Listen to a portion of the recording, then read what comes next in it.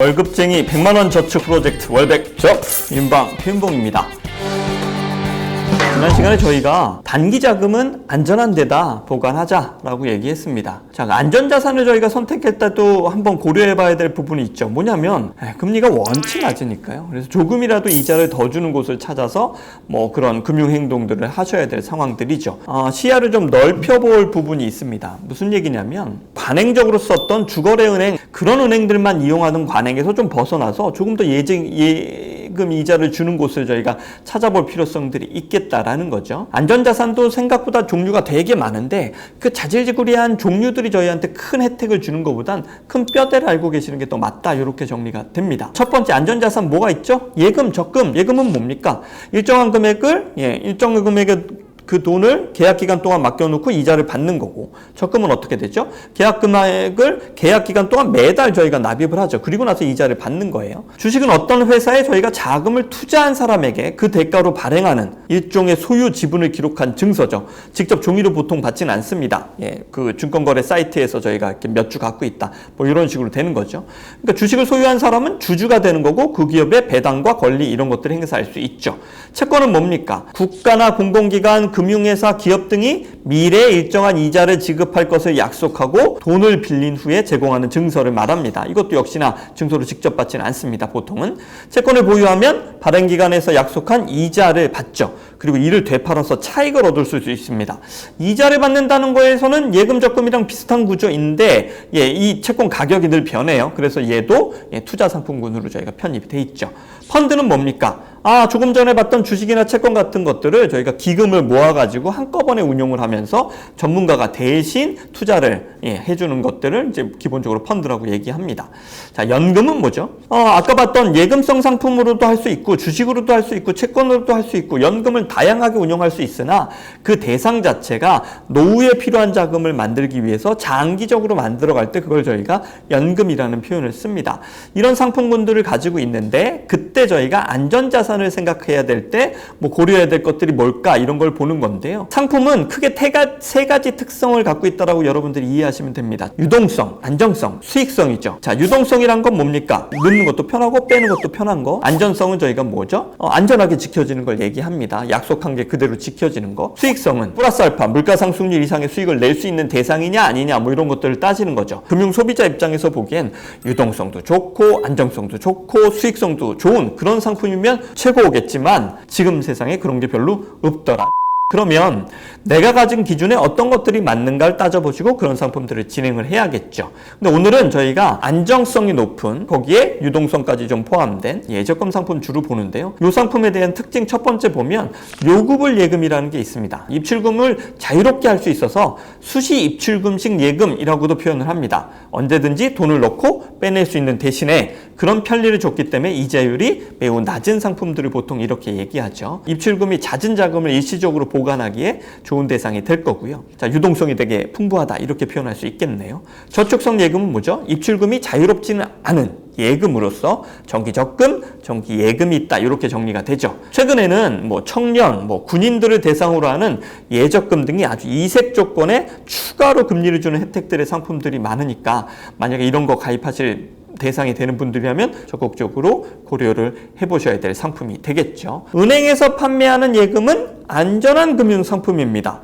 근데 단 하나, 위험이 하나 있죠. 뭐죠? 금융기관이 망했을 때가 문제가 되는 거죠. 그래서 이 안전한 상품으로 미래를 준비하기 위한 국민들의 행동에 대해서 금융기관이 망하는 거에 대한 걸 대비해주기 위해서 정부는 예금자 보호제도라는 걸 운영하고 있습니다. 예금보험공사가 있고요. 금융회사가 있고 고객이 있습니다. 요 셋에서 저희가 예금자 보호제도가 만들어지는데, 예금 지급 불능 사태를 방지하기 위해서 만들어지는 거라고 말씀드렸죠. 그때 어떤 원리를 사용하냐면 보험의 원리를 이용해서 예금자를 보호합니다. 금융회사가 보험료를 예금보험공사에 내요. 그러다가 금융회사가 망해요. 그러면 예금보험공사는 그 금융회사에 안전한 상품을 맡겨놓은 사람들한테 그 약속한 금액을 드리는 역할을 한다. 그다음에 법에 의해서 운영되는 공적 보험의 성태를 갖고 있습니다. 보호 대상이 그러면 은행뿐이냐? 아니요. 보험사도 있고요. 투자 매매업자도 있고, 투자 중개업자도 있고, 종합금융회사, 상호저축은행 등등 다양합니다. 그런데요, 여기서 유의할 점은 예금자보호법 등에서 정한 금융상품에 가입한 금융소비자를 보호하는 겁니다. 모든 금융회사와 그 회사의 모든 금융상품을 보호하는 게 아니라는 겁니다. 그러니까 은행에도 예금자 보호가 되는 게 있고 안 되는 게 있다라는 걸 알고 계셔야 될 필요성이 있고요. 또 하나, 농협과 수협의 지역조합이라는 데가 있죠. 그 다음에 신용협동조합, 새마을금고 이런 데는요, 보호 대상 금융회사가 아니에요.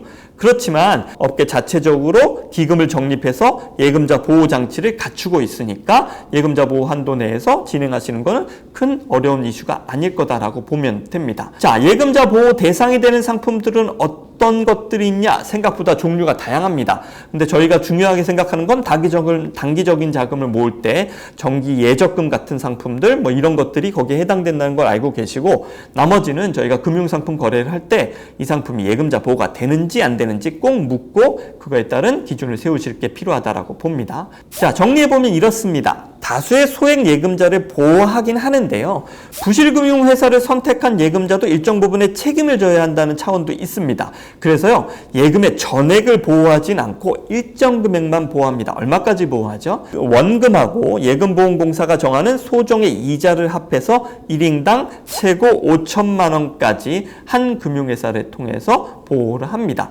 예금의 종류나 지점별이 아니라 동일한 금융회사 내에서 예금자 한 사람이 보호받을 수 있는 총액이 5천만 원이니까 저희가 그런 자금이 많다면 금융회사를 여러 개 가져야 될 부분도 있겠죠. 자, 그러면 아무 페널티도 없냐? 살짝 페널티가 있습니다. 그 금융기관이 원래 정해졌던 이자를 주는 게 아니라 예금보험공사가 정하는 소정의 이자, 당연히 좀 더 낮겠죠.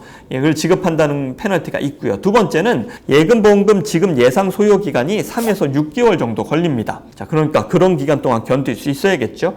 이에 대한 대응 제도로 가지급금 제도라고 해서 지급 한도 내에서 일부 자금을 먼저 지급하는 제도도 있으니까 그런 부분 알고 계시면 될 것 같습니다. 자, 그러면 저희가 이 복잡한 예금자 보호제도 어떤 식으로 활용하면 될까? 아주 심플합니다. 저축은행을 저희가 선택하거나 상호신용금융기관을 선택하면 1금융권, 저희가 일반적으로 아는 은행보다 이율도 높거나 뭐 세금을 좀 더 낮게 주거나 이런 메리트들이 있습니다. 이런 은행들 적극 활용하는 게 단기적인 자금 만들어가는 데 도움이 되겠죠.